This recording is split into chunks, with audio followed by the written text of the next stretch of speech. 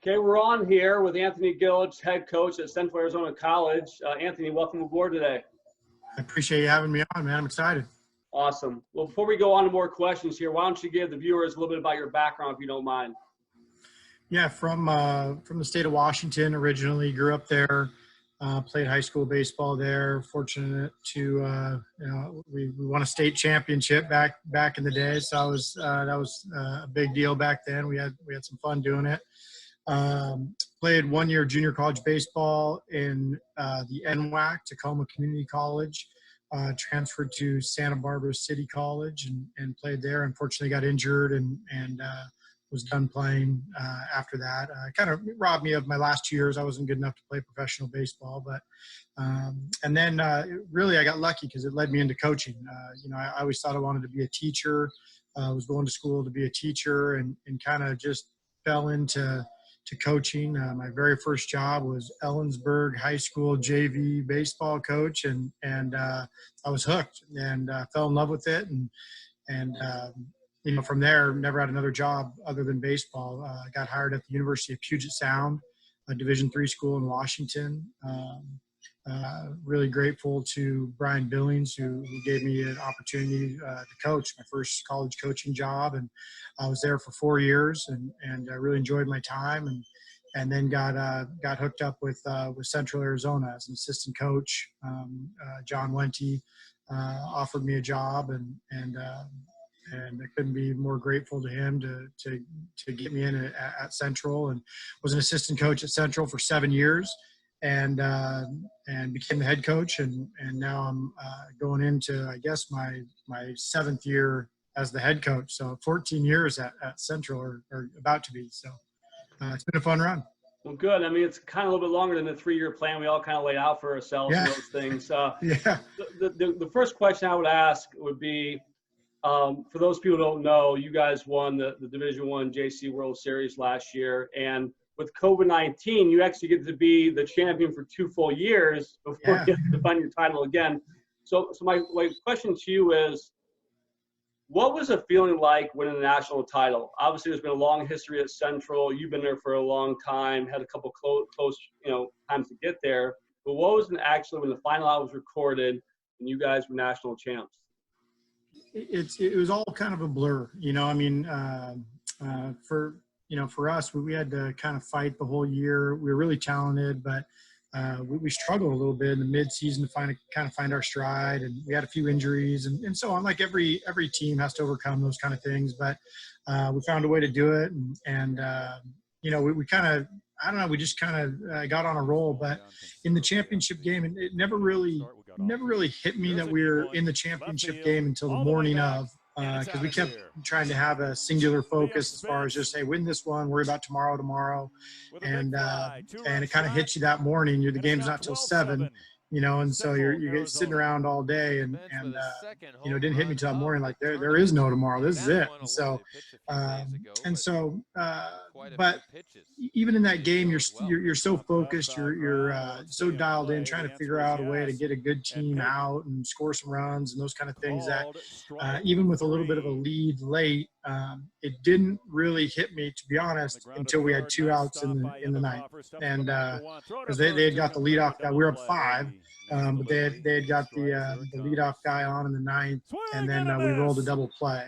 And that was the moment that they had nobody on. We had 2 outs. That wow, we're going to do this thing, and so it was fun. I was really happy for the guys, and been there once before. You and I in the same dugout.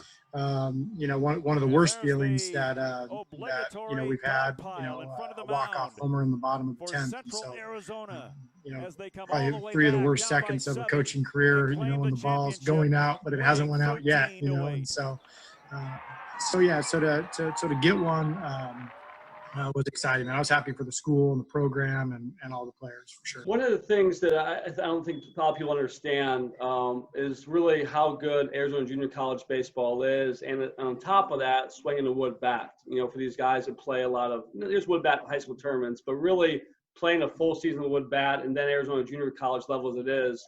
Speak to the level of competition in the league, and also speak to playing with a wood bat for every game. Yeah, it's outstanding. I mean, I think, I mean, the Arizona high school players are so fortunate, I think, to be here just because of the sheer reps and the weather and the good baseball, but they have so many good options. I mean, there's 14 junior colleges here in Arizona, along with the big schools, ASU, U of A, GCU, and so on, and some good NAIs as well. But there's 14 junior colleges here. And from top to bottom, it's really good. You get challenged every single day. There's no teams that you can steamroll or anything in the league. If you don't play well, you get beat, and that's the way it should be. And so, I think it really it's no secret as to why the Arizona team really does well once they get outside Arizona. Getting out of Arizona is tough, and so and then the wood bat. I mean, it just, for me. I love wood bat. It's just a little bit more true baseball, and the scores are a little more true and those kind of things. And so, people get evaluated, especially by the professional scouts, swinging a wood bat and those kind of things. So they don't have to dream on how it'll translate from metal to wood and those kind of things. And so the tricky part for us, though, is, you play 60 games with a 56 in the regular season, the first couple rounds of playoffs, and then you switch to metal after that. And so, our hitters love it, our pitchers hate it, but it's so there's a little bit of adjustment period if we can make it deep in the playoffs. To just the ground balls are different, the fly balls are different, but as a training tool, wood is a great training tool for all hitters, just for baseball in general. So it's a unique league. It's really tough, really good. Competitive. And so, like I said, the kids in Arizona and beyond, I mean, they have 14 really good options here in Arizona to choose from. One of the things that we work a lot of, freshmen, sophomores, juniors from the high school to college process. One of the things I think a lot of them think is 4-year school or bust, and junior college only if everything falls through. Besides, your school and the ACCAC in general, why do you think junior college is a good option for players outside of just your league? Why is just the JC2 option good for families? Yeah, I mean, we fight that, so to speak, often. I'm sure all junior colleges do as well. I mean, there's so many good junior college programs. I mean, in our league, but around the country. I mean, there's some really quality, high talented teams around the league. And so, yeah, there's quite a few reasons. I mean, one, just the opportunity to get on the field is probably a little bit easier at a junior college than it is a 4-year, because you're competing against guys your own age. You don't have to beat out a 21, 22-year-old senior or guy that's been in the program for 3 years and those kind of things. And so, so that's number one. We don't have restrictions on practice times as the 4-years do, so we don't have to do 4-on-1s and those kind of things. I mean, we have a few restrictions, but there's not as much compliance as there is in Division I. So we can really put in the time, and if we need to make an adjustment on somebody's swing or arm action or glove work or anything like that, we have the time to do it because we don't have those restrictions. Obviously, the draft for some players is an option. If you come to junior college, you can get drafted every single year. Whereas if you go to a 4-year, you got to wait till your junior year to get drafted. So you got to obviously perform in that junior year. You got to avoid injury, all those kind of things where, if you hit it big in your freshman year and you want to sign, you have that option. Another reason that we find a lot is a lot of times, like you said, it's tough to ignore the, kind of the bright lights of Division I. And so I think some guys settle for something less than whatever is their dream school or something that they really want just because it's Division I. And so, we try to encourage our guys to keep their dream school and those things open with 2 years of development. And maybe that dream school will come calling after a couple of years. And so, and maybe you find out that, a different school is your dream school. And so, so for a lot of those reasons, along with the talent of play and competing at a high level, I think junior college is a great option. I know, I think Ron Benham did a study at one point that like 70% of Arizona kids who go to Division I end up transferring to a junior college in year 2. And that doesn't surprise me. It's kind of a shame, but so I'm a believer in really doing your research and trying to get it right the first time if you can. Going to that point, the transfer back, is a big thing for not just your program, other guys in the league as far as getting 4-year guys coming back. Why do you think there is so much transfer back? Why do you think there's so much not getting it right in the first time? I think, like I said, I think it's hard to ignore in this day and age. I mean, let's be honest. I mean, you tweet out a junior college. It's not as sexy as tweeting out a 4-year, right? And so, you know, you don't need to explain some of the 4-year schools that you're going to. Sometimes you got to explain the junior college, you know, where it is and what it's all about. And you know, the baseball people might know what the junior college is, but you know, nationally they might not recognize you know, that school as you know, a traditionally good school. And so so I think that's one of the reasons. I think just, you know, I mean, as an 18-year-old kid or younger, you know, as they're getting recruited, you know, just the facilities, the travel, those kind of things at Division I are tough to ignore. And I think as players get older and kind of reset themselves into what's really important, which is development and playing time, they find out that, you know, maybe there was a better fit somewhere out there. And so typically it's playing time though. I think, you know, guys go there and you know, don't get the playing time or maybe the opportunity that they're looking for. And so they end up, you know, reaching out to a junior college and hoping for more playing time. Take me through that process of when you guys hear about a transfer, the guy that's out there, if you will, kind of how you do background on the guy, how many calls you make, what you look up, who you talk to, questions you ask. Take me through that process of when you do hear a transfer, how that kind of works. Yeah, so when we hear about a transfer, if we know them already, that's a bonus. So if it's a kid from Arizona that we've recruited before or we've seen play or those things, that's a bonus. If not, we're fortunate we have synergy. So it's a great way for us to get video on players. So if they were even on the other side of the country at a Division I, we have synergy that we can track down some video. And we really rely on, I mean, at junior college, you have to really build relationships with other coaches, with other programs, because we don't have a travel budget that the 4-years have. And so we can't bounce around all over the country and recruit and see those guys. So we really have to trust some people, you know, to help us out as far as makeup and those kind of things. And that goes down to trust as far as, you know, the relationship you have with those coaches and whether they're going to shoot you straight and those kind of things and the history with those programs. And so we try to do as much research as we can on players, on all players, not just transfers, because we try not to have a big roster. We try to get it right the first time. We're trying to do the same thing. And, you know, it's fairly easy to find good players because there's a lot of good players out there worldwide. We can recruit anywhere in the world. There's a lot of good players out there. To find the right players is a little bit trickier. And so the way we do that is we really try to spend a lot of time with the player in person if we can, on the phone if we can. We try to develop a relationship initially with the parents, the high school coaches, and just have it all paint a picture of whether or not this player is the right fit, and in turn, whether we're a good fit for them. And so we try to be as honest as we can with those guys and tell them what we're about. And if they walk away and believe in the same things that we do, then it might be a good fit. Those 4-year relationships you talk about when you're looking at possible transfers back to schools that you trust as far as giving you evaluation on their guys transferring back, how does it work on the other side when you guys are moving sophomores on as far as, you know, placing kids at the 4-year school? How do those relationships help you do that with those things? And what's the process like for a sophomore getting recruited out of your place?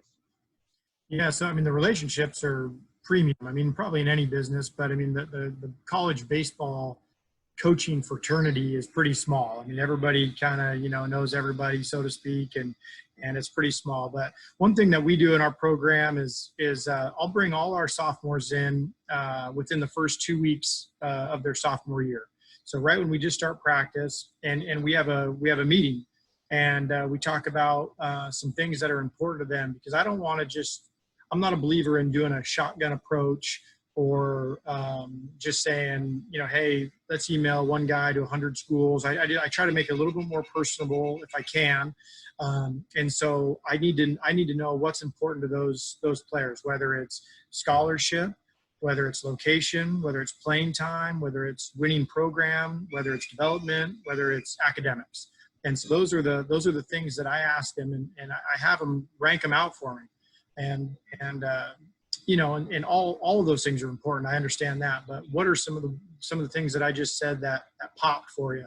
And so that way I can start putting those players in front of those programs that offer the things that are important to them, whether it's, like I said, scholarship, location development, winning, playing time, academics, coaching staff, those kind of things. And so I try to match it up, put them in front of those schools, invite those schools out to watch that player, and then it's kind of up to them whether they think it's a good fit and whether the program thinks it's a good fit. But I feel like that's part of my job as a junior college. We're a stepping stone to something else. I don't want anyone to end their career at Central Arizona, and so it's part of my job to find a great 4-year school for them to go to, and then if they're lucky enough to get drafted, then that's a separate opportunity for them. But yeah, I mean, I think it's important. I think it's my job to help those guys move on. To the draft part, a lot of guys don't realize that you guys have a pro day in the fall, and that pro day, for the guys who know, is a very highly attended event. And it was funny because I watched the HBO special with Nick Saban and Bill Belichick, and it was funny because Saban was talking about there are pro teams that come in and draft my guys, and 30 out of 32 teams don't ask me what I think of the player. Yeah. So my question for you, having 3, 4, 5 guys drafted per year, do a lot of pro scouts? I know you guys are well scouted, but do a lot of pro scouts try to prime you for information on your players? Yeah, they do. They, for us, the questions are less about talent, less about skill set, because they see the games, they see the practices, those kind of things. It's more about makeup. It's more about work ethic. It's more about teammate and those kind of things. And now they'll ask our opinion on our guys as a player, or why we use them in a certain way, or hit them in a certain spot of the order, or those kind of things. But for the most part, the professional scouts, they want to know kind of more the makeup, because we work with them every day. We're with them every day. We see the way they communicate with their teammates, with their coaches, how responsible they are, and those kind of things. So yeah, I think the professional scouts dive a little bit more, deeply in that area than they do on, hey, what you got on so-and-so swing or something like that. I mean, they'll ask those questions too, but it's more about character and makeup and those things. And so yeah, we try to on that scout day. I mean, one thing that we do is we have the scout day, and we do all the measurables and the 60 and scrimmage and BP and all that kind of stuff. And then what we do at the end, is we take everyone's invited, whoever wants to attend, the coaches or the scouts or whatever, into the clubhouse, and it's just a Q&A. So, and nothing's off limits. And so you can ask anything you want about any of the players, and I'm just going to be as honest as I can and give you my honest opinion on the player as a person. And so, we've got some great questions in there, and so I just think it paints a picture for those guys, and like I said, it helps them, helps promote our guys, and helps find a good fit for them. The more honest I can be, and our coaching staff can be with scouts or college coaches, then the better the fit is going to be when they get there. One of the things I've always thought about, like the 2-year school, obviously at JC different than the 4-year, and you have transfers. Some guys that are a year, some guys that are a semester, some guys that are 2 years. And I think you've done a good job of doing this, and I'm curious how you've gone about it. How do you build culture when there's a high roster turnover? It would seem difficult to me to kind of have people believe in a team that they're there for such a quick time. A 4-year school, you go to the football game, you have the logos, you go your alumni. Why does or how do you build culture in a short period of time for players? That's a good question. The turnover at junior college is incredible. I mean, you lose half your team minimum every year, if not more. And so, for us, we're lucky. I've had some continuity on the coaching staff. We have Coach Aaron, who's going into his 9th year, Coach Perez, who's going into his 5th year, Earl Henderson, who's going to come back for his 2nd year. And so we have some continuity on the coaching staff. And it's I think the culture each year is developed a little bit differently. I mean, I think Central has always been kind of known for hard work and getting after it. We're a little bit removed from the city, so there's not a lot of distractions from school and baseball and weights. And so our guys kind of are just, tough dudes that like to work, and we try to encourage that for sure. And so, we do put a premium on our sophomores to become leaders. So that's one way, so one tangible way that we try to, over the summer leading into their sophomore year, we have a lot of leadership talks with the sophomores that we feel like can be leaders. And so, so in that second year, them coming back, they can help the coaching staff set the tone, and a lot of times it comes better when it's coming from a player. If a player says, "Hey, we gotta get going," and those kind of things, instead of always hearing the coach say it. And so, yeah, we try to put some things in motion, try to empower some guys that we feel have the attributes to be a leader. And so, and sometimes it changes. Sometimes guys emerge as leaders that you didn't expect, for sure. And I mean, that's a couple ways that we try to keep the culture, so to speak, going at Central and in our program with the high turnover. You mentioned being removed from the city and stuff too. One of the things that struck me is that it is out in the middle of nowhere. And I'm curious why you think Central has had a long history of sports, not just baseball, but other sports, will kind of being a national contender. Because if you were to drive past this, you would think, why does somebody want to come out here? And you get there and you realize, wow, this place is special and different. But, why is that? Why is that the case? Well, I think, let's be honest. If you choose junior college, you're not choosing it for the football games. You're not choosing it for the parties. You're not choosing it for all the extracurricular. You're choosing it for the sport that you're coming for, whether it's basketball, baseball, we have a rodeo team, the whole deal. And so for us, it's set up pretty well. Like I said, we're a little bit removed from the city, so there's not a lot of distractions from them. Things are important. It's pretty easy to stay focused. And guys who choose junior college want to work,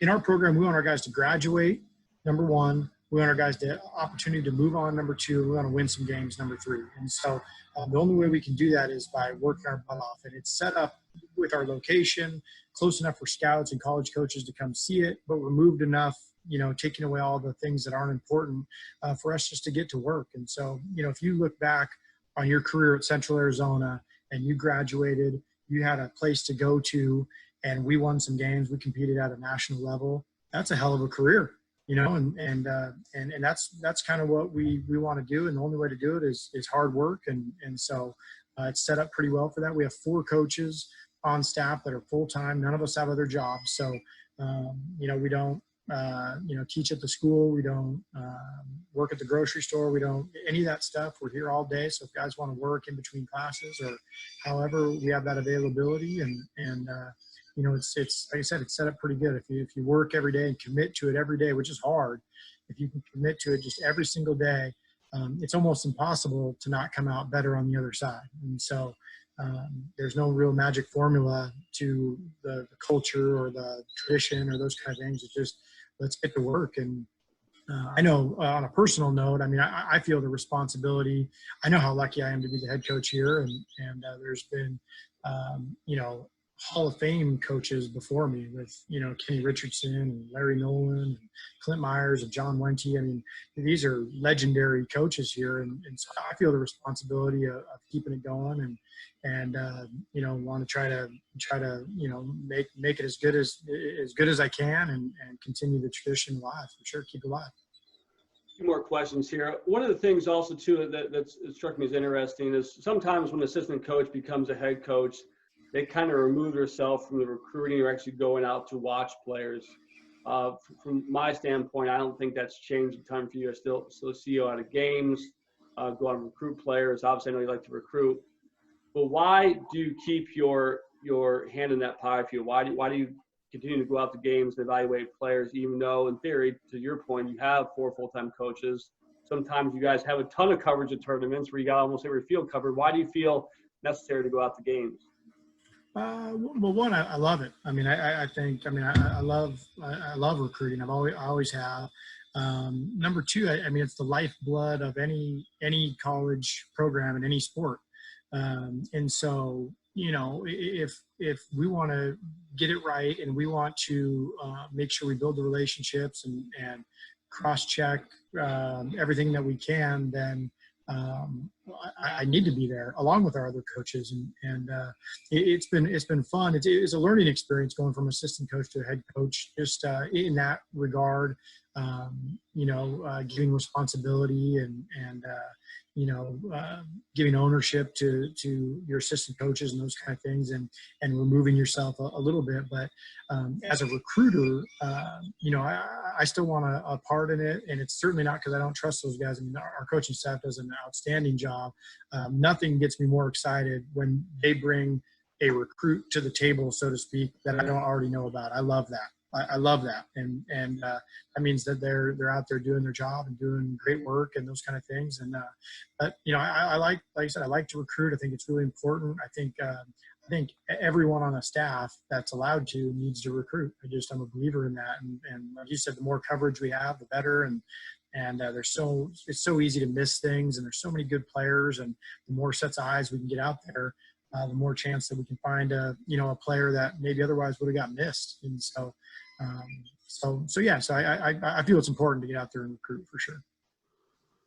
Two more. What turns you on about a player when you watch a guy, whether it be a pitcher or a hitter, a defender? What's your type of guy? I mean, we all know skill set. We've seen good players and stuff too. What's a certain type of trait that you're like, man, I like that kid, and what reason for that? Yeah, I mean, initially the easy answer is arms and athletes, right? I mean, those are two that everybody kind of searches for.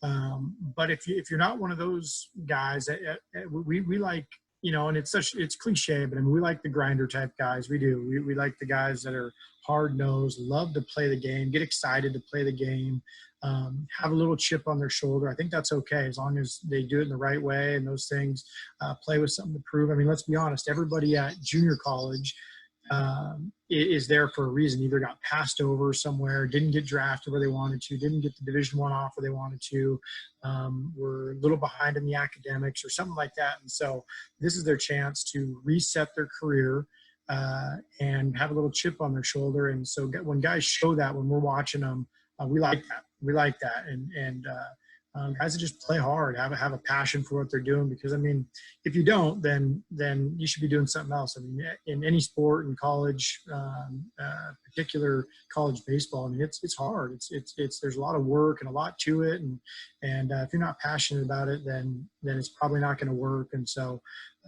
for us, we look for that. And that's why we need multiple sets of eyes out there to see if, you know, hey, we got fooled on a game or something like that. We try to watch guys as much as we can and then do our research. But for us guys, guys that play hard, guys that play with passion, and like I said, arms and athletes. And if you aren't an arm or an athlete, some tool or some characteristic, whether it could be, like I said, it could just be speed, it could be arm strength, but it could be your style of play, you know, your separator. I've always heard Coach Stankiewicz, you know, talk about a separator, and that's something that I've always stole from him that I've always thought was so cool. That he said, what's your separator? And so we look for guys that have some sort of separator in their game that, you know, distinguishes them away from everybody else. And sometimes you don't see it coming. Sometimes you say, wow, man, this guy can really play defense, or this guy, and look how hard that guy makes a turn around first base. You know, it's hard to ignore. You got to see it. You got to watch it. And so yes, those are some of the things that we look for and help paint the picture of who we're looking for. Last question. I always wonder, you know, you work so hard for so long, you win it all, and then what happens is, you know, you put a banner up, you know, you get the congratulations handshakes, you get the ring, and then it's like you start all over again. And so my question to you is, for you and your staff, what's that driving force to do it again? You know, beyond, you know, we all want to win because we're competitors, but you know, for a while, it's like that's the pinnacle. Once you reach there, how do you dig deeper again to either repeat or win a couple within the short span of time? Yeah, I think competitor, it excites me to work really hard throughout the week, right? Knowing the other team is working hard throughout the week, and then we both put our best out there and see what happens. I like that. Like that gets me going in a fall game. That gets me going in the preseason. That gets me going in regular season playoffs and at the World Series. I mean, that gets me going. Working with players, I couldn't do a job where I couldn't impact people. That's why I set out to be a teacher initially. And so for me, it's an unbelievable job because I get to work with 30, 18 to 20-year-olds all the time. Nothing is the same every day. I get to have half my job is white collar, crunching numbers at a desk, and half of my job is blue collar on the field, working with players. And it keeps me motivated. Like I said, I feel the responsibility of this place. So even though that we won a national championship, I couldn't be more proud of that. But we gotta flip it quick, and we gotta try to, continue to do it again. And so it's, it's tricky. It's a good question. But I think anyone who's competitive and anyone who likes working with players, each team is a little different. So we got to see what the best we could do in 2019 was win the whole thing. And so we got to see what the best in 2020 or 2021 is. And so, we try to put our best foot forward and see what we can do. Awesome. Well, thank you for your time. Another thing that I appreciate too is the fact that you guys are making, stadium adjustments to your field as well too. I think the mark of a good coach is leaving a legacy as well too, kind of leaving it better than what you found it. So I think it's cool that you guys are building up around your stadium, your facilities, and then obviously getting the recognition out in your place through social media, I think helps Central. But one, definitely thank you for your time. Obviously Central's a great place, dear to my heart as well, but you've done a good job there, and I want to appreciate you coming on today. Yeah, well, thank you. I appreciate it. Thanks for having me on. Absolutely, Andy. Thank you. All right, bye-bye. Bye.